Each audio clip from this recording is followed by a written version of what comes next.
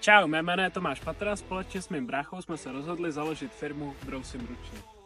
Na co se naše firma specializuje? Tak především na nože, nůžky, dláta a další. A jakou práci od nás můžete očekávat? Tak především ruční precizní práci na vodních kamenech. Zaručujeme vám kvalitu, nízké ceny a rychlé dodání.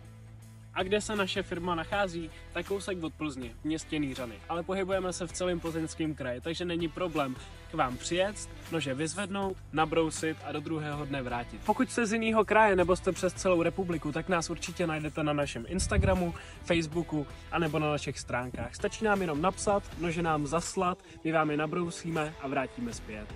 Na našich stránkách naleznete veškeré informace, které potřebujete. Je tam například, jaká je péče o nože, ceník, ale taky jsme tam nově přidali e-shop, na kterým se zaměřujeme především na značky Shapton, Naniva, Kai a další.